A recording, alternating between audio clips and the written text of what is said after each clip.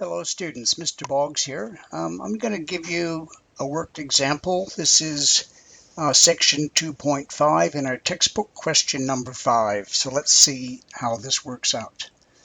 Okay, so the position of a particle as it moves horizontally excuse me, is described by the equation x equals 2 sine t minus cos t. So notice in this question x is the dependent variable and not the independent variable, so it's not the usual x, and t goes between 0 and 2 pi. Okay, so question A, determine the maximum distance to the left and right of the origin, correct to 2 decimal places. Now my suggestion is, if you haven't tried this question yet, you actually stop the video and have a go first. You'll learn a lot more by attempting it, even if you're incorrect, and then checking the answer rather than just watching. Okay, let's get started. So the first thing we need to know is, at the maximum distance, x dash is 0. Now the reason that's the case is the derivative of a distance formula or displacement formula is the velocity.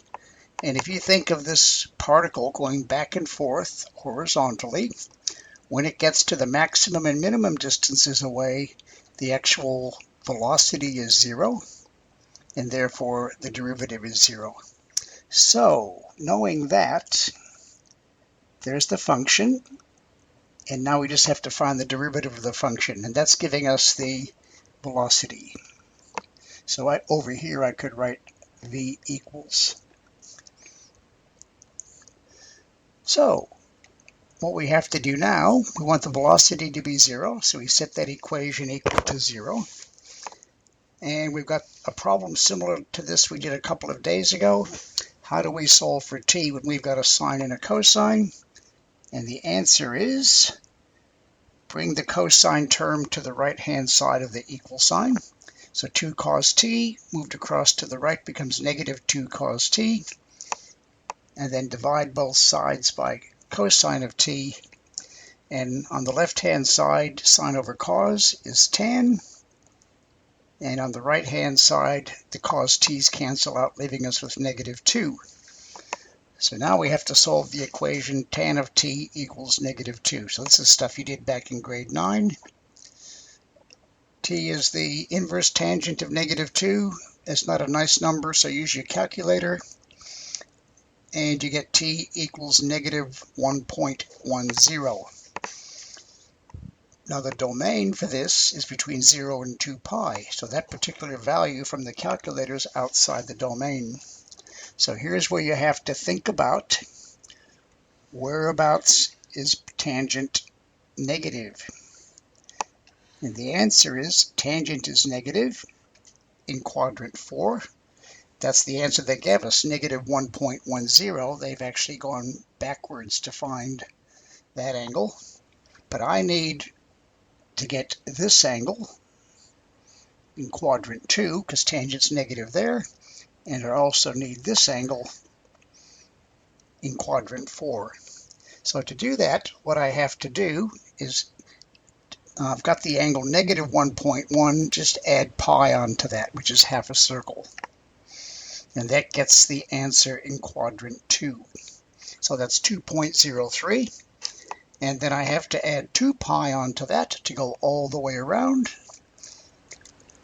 And that gives us 5.18. So now we know the times at which it reaches its maximum distance. Now we have to plug in that number back into the original equation. So I put 2.03 in for t, and we end up with 2.24 meters. And then we put in 5.18, and we end up with negative 2 meters. So those are the two distances. I guess you could say the maximum distance to the left is negative 2, and maximum distance to the right is 2.24. Okay, on to the next part. Okay, part B, determine the equation of the velocity. Well, that was easy because we've already done that. The velocity is just the derivative of the displacement, so it's just going to be 2 cos t plus sine of t. And then part C, determine the rate of change of position at t equals pi. That means we just have to put pi in place of t in the velocity equation. So velocity is 2 cos pi plus sine of pi. Cos of pi is -1, so that gives us 2 times -1 plus 0, and therefore the velocity is moving left at a speed of 2 meters per second. And that is the end of the video, so I can now stop it. I think I've stopped it. I'm not sure. Let's assume that I have. After 5 minutes, oh, maybe not. Let me try again. Okay. Recorder is recording. Click here to pause.